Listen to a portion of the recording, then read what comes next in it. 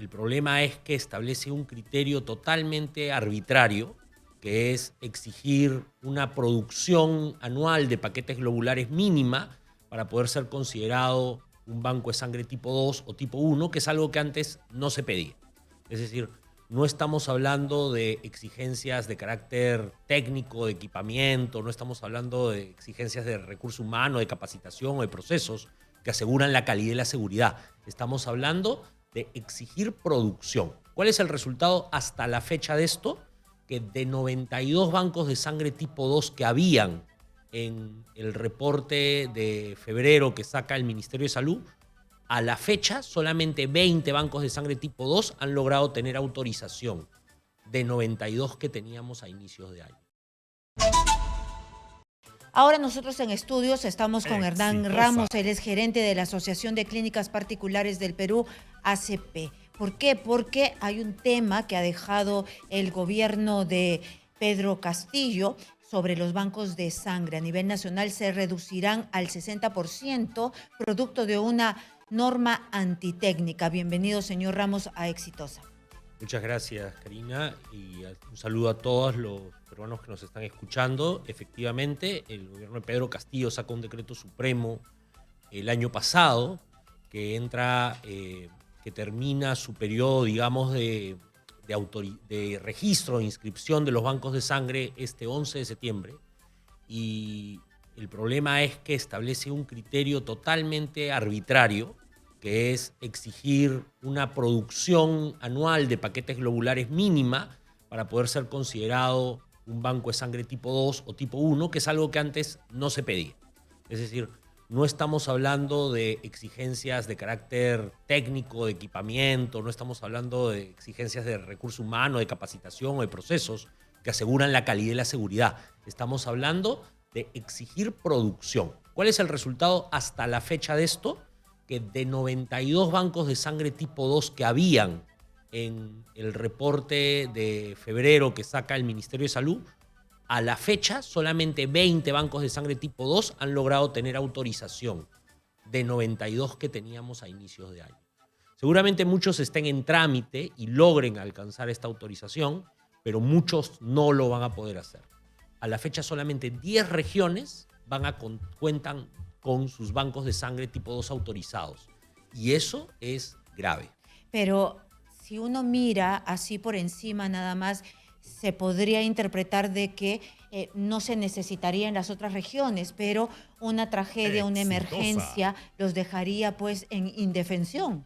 Mira, a inicios de año, cuando sale el informe del propio Ministerio de Salud, de la propia Dirección de Bancos de Sangre, se menciona que se necesitan más o menos 600.000 unidades de sangre, como al año, digamos, ¿no? Para la población que tenemos. Y solamente teníamos 480.000 unidades, más o menos. Es decir, ya estábamos en un déficit de sangre. Y ahora le sumamos una medida que va a reducir la cantidad de bancos de sangre.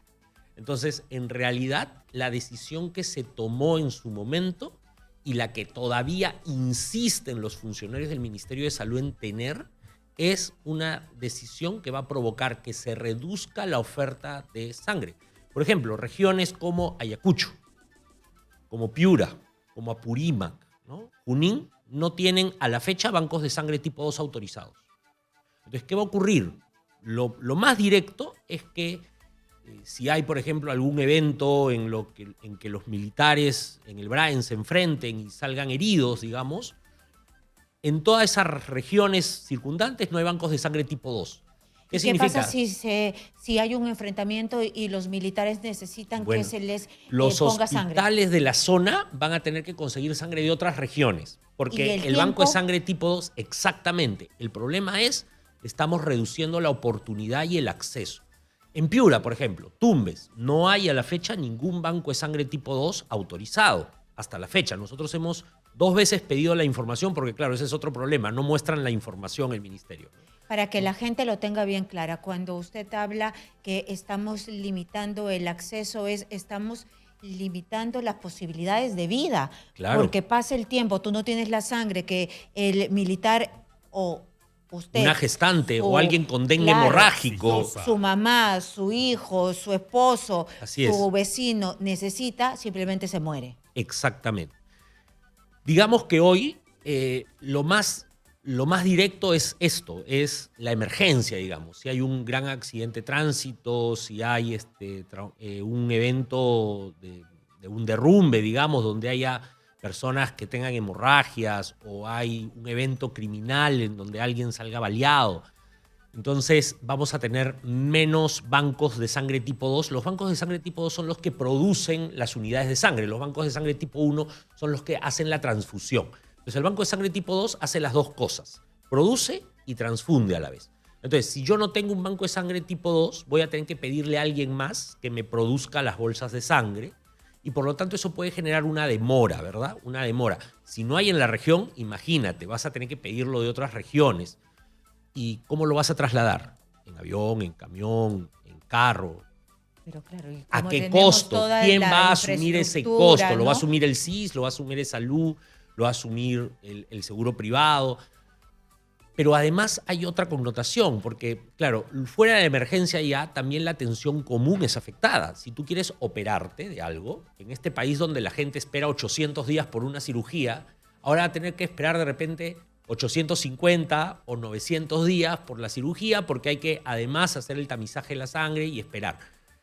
Y creo que ahí hay un detalle, y es que los actores públicos creo que no le han puesto relevancia a esto. Nosotros hemos visto que hay regiones, por ejemplo, en la cual los hospitales de los gobiernos regionales no están en la lista de bancos de sangre tipo 2 autorizados. Solamente hay 5 gobiernos regionales con bancos de sangre autorizados. ¿Y qué pasa? Que hay una norma, que es la norma de categorización, que dice que si tú no tienes un banco de sangre tipo 2, y aquí ya el ministerio, a través de la dirección regional de las direcciones de salud, ya nos está carteando a todos, haciéndonos recordar que si no tenemos banco de sangre tipo 2, no vamos a poder categorizar al nivel 3. Entonces, si tú tienes un hospital nacional, un hospital regional, pues va a dejar de ser nacional, va a pasar a ser un hospital de nivel 2, con lo cual se reduce la oferta de servicios. Muy bien, yo tengo un par de preguntas, pero Claro. nos tenemos que ir a la pausa comercial Por supuesto. para regresar con usted, pero tipo de categorización, ¿existen experiencias en otras partes del mundo que se dejen regiones enteras sin bancos de sangre? Si nosotros día a día vemos a personas que piden desesperadas, por favor, ven a donar. Hay campañas para donar sangre, porque me imagino que en los bancos de sangre ya no hay, o por qué se pide tantas campañas de concientización para donar sangre, ¿no? Regresamos con Hernán Ramos, gerente de la Asociación de Clínicas Particulares del Perú. No se mueva de éxito. Seguimos nuestra conversación con Hernán Ramos, gerente de la Asociación de Clínicas Particulares del Perú. ¿Esto sucede en otras partes del mundo? ¿Acaso no es necesario tener un banco de sangre descentralizado porque no ha habido la suficiente producción de sangre en estas regiones? ¿Es porque no se necesita? A ver, en otros países, lo que se usa, por ejemplo, en Madrid, en Bogotá, en otras realidades, digamos, se usa lo que se llama el modelo centralizado, y tienen grandes centros de hemoterapia que concentran la mejor tecnología, digamos, y son capaces de producir muchas unidades de sangre.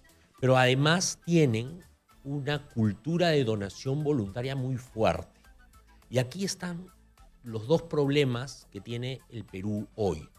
Por un lado, tiene un problema sobre la seguridad de la sangre. En efecto, hay seguramente establecimientos de salud público y privados, ya lo ha dicho la Contraloría, que no tienen infraestructura, recursos humanos y equipamiento suficiente para garantizar la seguridad de la sangre, y que en realidad no sabemos qué están produciendo. Y por otro lado, tenemos un problema de donación voluntaria. Solamente el 20-25% de la donación es voluntaria. La gran cantidad de donación es una donación que le llamamos por reposición. Entonces, en estos países donde se han creado grandes hemocentros, lo que se ha hecho es una reforma que ha tomado 15 o 20 años y se ha comenzado ordenando, haciendo un plan de implementación, haciendo inversión, haciendo capacitación del personal. No, acá estamos comenzando al revés.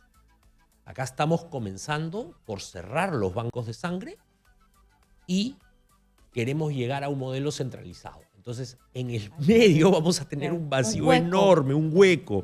Eso es, como decimos, por lo menos contraintuitivo, ¿no? O sea, es como, no necesitamos hacer tanto diagnóstico para darnos cuenta que las cosas iban a ser al revés. Y de hecho lo que estamos proponiéndole nosotros al ministerio, y eso lo hemos propuesto al ministro, es suspender los efectos de este decreto supremo.